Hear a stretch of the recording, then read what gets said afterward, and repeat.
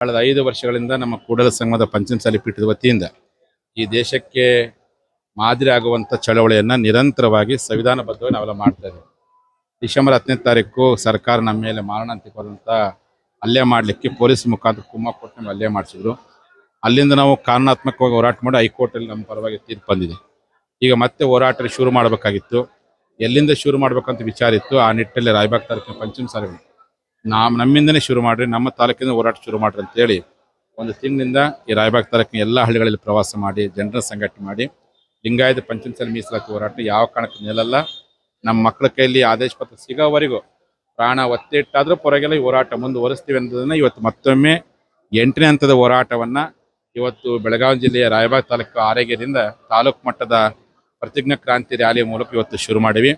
ಈ ಒಂದು ರ್ಯಾಲಿ ಕೇವಲ ಒಂದು ತಾಲೂಕಲ್ಲ, ಕರ್ನಾಟಕದ 224 ವಿಧಾನಸಭಾ ಕ್ಷೇತ್ರಗಳಲ್ಲಿ ಕರ್ನಾಟಕದ ಎಲ್ಲ ತಾಲೂಕುಗಳಲ್ಲಿ ರ್ಯಾಲಿ ಮಾಡ್ತೀವಿ. ಜನರ ಜೊತೆ ಚರ್ಚೆ ಮಾಡ್ತೀವಿ.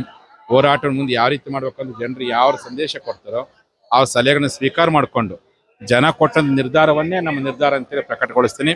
ಪ್ರತಿ ತಾಲೂಕು ಪ್ರತಿ ವಿಧಾನಸಭಾ ಕ್ಷೇತ್ರಕ್ಕೆ ಹೋಗಿ ಸಂಘಟನೆ ಮಾಡಿ ಜನರಲ್ಲಿ ಜಾಗೃತಿ ಮೂಡಿಸ್ತಾ ನಾವು ಇದುವರೆಗೆ ಮಾಡ್ಕೊಂಡ್ಬಂದಿರ್ತಕ್ಕಂಥ ಸರ್ಕಾರಗಳು ಏನು ಮಾಡಿದ್ವು, ನಾವು ಯಾವ ರೀತಿ ಹೋರಾಟ ಮಾಡಿದ್ವಿ ಅನ್ನೋದನ್ನು ಹೇಳಿ ಜನ ಯಾವ ತೀರ್ಪು ಕೊಡ್ತಾರೋ ಆ ತೀರ್ಪಿನ ಆಧಾರ ಮೇಲೆ ಮುಂದಿನ ಹೋರಾಟವನ್ನು ನಿರ್ಧಾರ ಮಾಡ್ತೀವಿ. ಹಾಗಾಗಿ 8ನೇ ಹಂತದ ಹೋರಾಟವನ್ನು ಬೆಳಗಾವಿ ಜಿಲ್ಲೆ ರಾಯಬಾಗ್ ತಾಲೂಕಿಂದ ಇವತ್ತು ಶುರು ಮಾಡಿವಿ. ಕರ್ನಾಟಕದ ಎಲ್ಲ ತಾಲೂಕಲ್ಲಿ ಹೋರಾಟ ಮಾಡಿ 3 ವರ್ಷಗಳ ಕಾಲ ಯಾವ ಕಾರಣಕ್ಕೂ ಹೋರಾಟವನ್ನು ಸ್ಥಗಿತಗೊಳಿಸಲು ಸಾಧ್ಯವಿಲ್ಲ, ನಿಲ್ಲಿಸಲಿಕ್ಕೆ ಸಾಧ್ಯವಿಲ್ಲ. ಅದನ್ನು ಉಳಿಸುವಂಥ ಬೆಳೆಸುವಂಥ ಆ ಮೂಲಕ ಮೀಸಲಾತಿನ ಪಡೆಯುವಂಥ ಪ್ರಯತ್ನ ಮಾಡ್ತೀವಿ.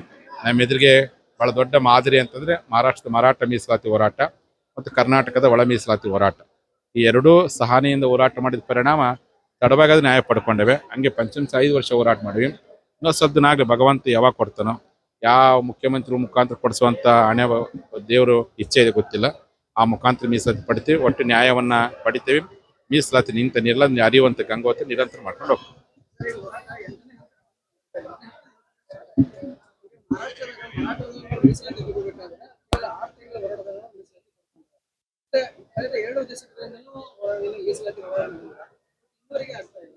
ಇಲ್ಲ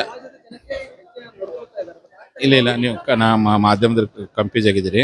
ಮಹಾರಾಷ್ಟ್ರದಲ್ಲಿ ಮರಾಠ ಮೀಸಲಾತಿ ಹೋರಾಟ 10 ವರ್ಷ ಹೋರಾಟ ಮಾಡಿದ್ವಿ. ಒಳ ಮೀಸಲಾತಿ 32 ವರ್ಷ ಹೋರಾಟ ಮಾಡಿದ್ವಿ. ನಾವೀಗ 5 ವರ್ಷ ಮಾಡೇವಿ. ನಾಗಾಗಲೇ ಒಂದು ಹಂತಕ್ಕೆ ನಾವು ಗೆದ್ದು ಬಿಟ್ಟೇವಿ. ನಾವು ಒಂದು ಹಂತಕ್ಕೆ ಗೆಜೆಟ್ ನಮ್ಮ ಕೈ ಬಂದಿತ್ತು, ಬಟ್ ಏನೈತೆ ಇಂಪ್ಲಿಮೆಂಟ್ ಆಗಲಿಲ್ಲ. ಅದಕ್ಕೆ ಮತ್ತೆ ಹೋರಾಟ ಮಾಡಕತ್ತೀವಿ. ಒಂದು ವಿಶ್ವಾಸ ಮೂಡ್ತಿಲ್ಲ ನಮಗೆ. ಏನು ನಾವು 2023ನೇ ಇಸ್ವಿಯಲ್ಲಿ ಹೋರಾಟ ಮಾಡಿದಾಗ ಕೊನೆಗಳಿಗೆಲ್ಲಿ ಸರ್ಕಾರ ನಮ್ಗೆ ಕೊಟ್ಟರು, ಅದು ಇಂಪ್ಲಿಮೆಂಟ್ ಆಗಲ್ಲ. ಅವರು ಕೊಡೋದೇ ಒಂದು 6 ತಿಂಗಳು ಮುಂಚೆ ಕೊಟ್ಟಿದ್ದು. ಎಷ್ಟೋ ನಮ್ಮ ಮಕ್ಕಳು ಅನುಕೂಲ ಆಗಿತ್ತು, ಕೊಡಲಿಲ್ಲ. ಮತ್ತು ಈ ಸರ್ಕಾರದವ್ರು ಕೊಡ್ರಿಯಪ್ಪ ಅಂತಂದರೆ ಅವ್ರು ಎಲ್ಲೇ ಒಂದು ಕಡೆ ವಿಳಂಬ ಮಾಡಕತ್ತಾರೆ. ಲಾಠಿ ಚಾರ್ಜ್ ಆಯಿತು, ನಮಗೆ ನೋವಾಯಿತು. ಹಂಗೆ ಅನುಕೂಲ ಮತ್ತೆ ಅವ್ರನ್ನ ಹತ್ರ ನಾವು ಹೋಗಿ ಕೈಯೊಡ್ಡಿ ಬೇಡಿ ಕೊಡ್ರಿ ಅಂತೇಳಿ ಎಷ್ಟಂತ ಅವ್ರು ಕೇಳೋದು. ಅವ್ರ ಮನಸ್ಸಿಗೆ ಯಾವ ಬರುತ್ತೆ ಕೊಡಲಿ ಅಂತ ಕಾಯೋಕ್ಕಿಂತ ನಿರಂತರ ಹೋರಾಟ ಮಾಡ್ಬೇಕಂತ ತಿಳ್ಕೊಂಡು ಇವತ್ತು ತಾಲೂಕು ಮಟ್ಟ 1ನೇ ತಾಲೂಕು ರಾಯಬಾಗ್ ತಾಲೂಕಿನ ಅವರೇ ನಮಗೆ ಅಪ್ಪರೇ ನೀವು ಸ್ಥಗಿತಗೊಳಿಸೋಕೆ ಹೋಗ್ಬಿಟ್ಟು ನಿಮ್ಮ ಜೊತೆ ನಾವು ಇಡ್ತೀವಿ, ಧೈರ್ಯವಾಗಿ ಬನ್ನಿ, ನಮ್ಮ ತಾಲೂಕಿನ ಶುರು ಮಾಡಿ ಅಂತೇಳಿ ಒಂದು ತಿಂಗಳ ಕಾಲ ಶ್ರಾವಣ ಮಾಸದಲ್ಲಿ ಪೂಜೆ ಮಾಡೋದು. ಪ್ರತಿ ಹಳ್ಳಿಗಳಲ್ಲಿ ಪೂಜೆ ಮಾಡಿ ದೇವರ ಮೇಲೆ ಭಾರ ಹಾಕಿ ಹೋರಾಟ ಶುರು ಮಾಡೀನಿ. ಒಟ್ಟಾರೆ ನ್ಯಾಯ ಸಿಗೋರಿಗೆ ಹೋರಾಟ ನ್ಯಾಯವನ್ನು ಪಡಿತೀವಿ. ಗ್ಯಾರಂಟಿ ನ್ಯೂಸ್, ಸುದ್ದಿ ಖಚಿತ, ನ್ಯಾಯ ನಿಶ್ಚಿತ.